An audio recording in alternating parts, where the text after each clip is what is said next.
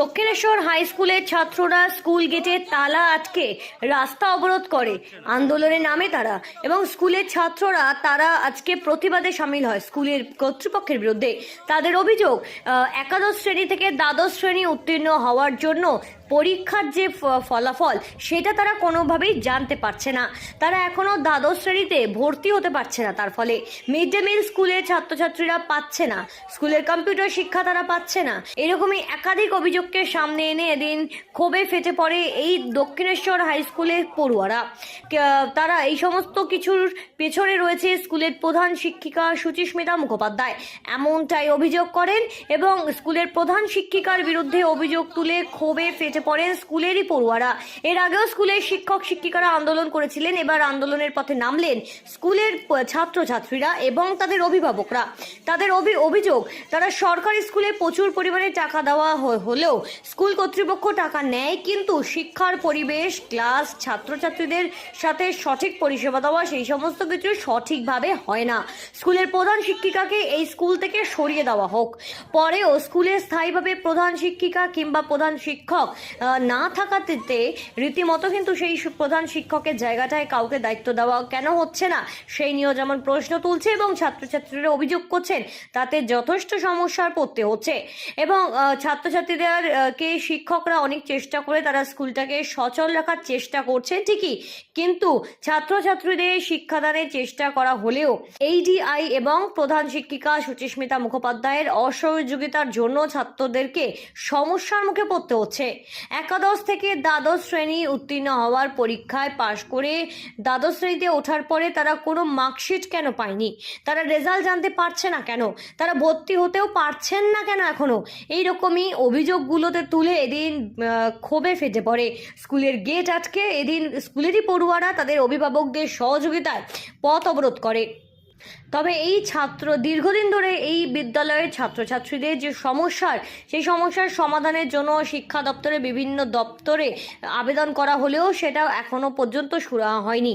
কত দিনে তারা এই সমস্যার সমাধান হয়ে পুনরায় স্কুলের একেবারে সুষ্ঠু এবং সঠিক চেহারা ফিরে আসুক সেই দিকে এখন তাকিয়ে দিন গুনছে বিদ্যালয়ের পড়ুয়ারা।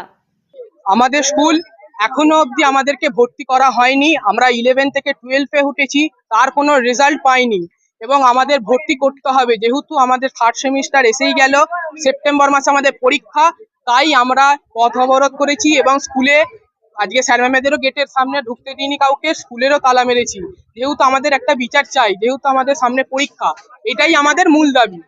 আগে যিনি টিআইসি ম্যাম ছিলেন উনি কোনো ভর্তি করানো হয়নি, তারপর আমরা টাকা 11-এ ভর্তি হয়েছিলাম, কোনো রেজাল্টও করানো হয়নি, তো আমাদের ভর্তির ব্যাপারেও কোনো কিছু বলা হয়নি।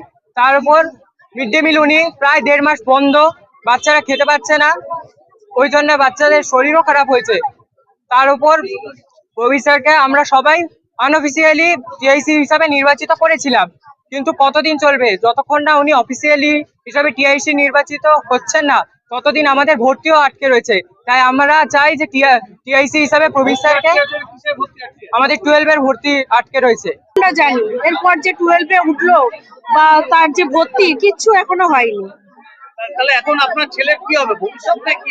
ওটাই বুঝতে পারছি না, সেই ভবিষ্যৎটা এবার কি করবো আমরা। যে ওদের কাছে জিজ্ঞাসা করলাম তখন ওরা বলছে যে আমাদের উপরে যে দীর্ঘদিন ধরে যে অবিচারটা চলছে সেই অবিচারের বিরুদ্ধে আমরা এখানটা অবরোধ করছি।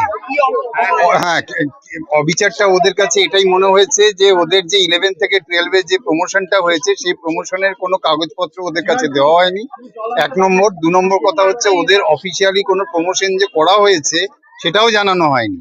আর যতক্ষণ না পর্যন্ত প্রমোশন করানো হচ্ছে ততক্ষণ ওদেরকে কিন্তু ভর্তি করানো যাবে না, 12-এ ভর্তি করানো যাবে না। কিন্তু আমরা স্কুলের টিচাররা ওরা আমাদের কাছে আবেদন জানিয়েছিল, আবেদন জানানোর জন্য আমরা টিচাররা উপযাচক হয়ে আমরা বলেছি তোদের ক্লাসটা যাতে চলে, ভর্তি যাই হোক না কেন সেটা পরে দেখা যাবে, ক্লাসটা যাতে চলে সেই মতো ওদের ক্লাসটা শুরু করেছিলাম। কিন্তু এটা কোনো সুরাহা নয়, কারণ হচ্ছে আগের যিনি টিআইসি ছিলেন তিনি গত 6 মে 2026 ওখান থেকে আমাদের বোর্ড থেকে ওনাকে রিমুভ করে দেওয়া হয়েছে। তারপর থেকে আজ পর্যন্ত 1.5 মাস হয়ে গেল উনি চার্জ হ্যান্ড ওভার করেননি। যেহেতু চার্জ হ্যান্ড ওভার করেননি নতুন যে টিআইসি হবেন এখান থেকে তো আমাদের স্টাফ রুমে একটা আলোচনা হয় এবং আলোচনার মাধ্যমে সেটা সিদ্ধান্ত হয় এবং সেই সিদ্ধান্ত আমাদের যিনি অ্যাডমিনিস্ট্রেটর তিনি সেটাকে র্যাটিফাই করেন এবং সেটাকে ডিআই অফিসে পাঠান অ্যাপ্রুভালের জন্য।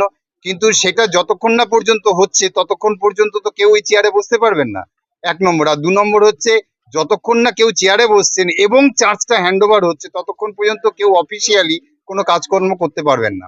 ওই জন্য ওরা একাধিকবার আমাদের কাছে এসছে, কিন্তু আমরা নিরুপায় হয়ে কিচ্ছু করতে পারিনি। দক্ষিণেশ্বর থেকে মনোজ দাসের রিপোর্ট, সঠিক বার্তা।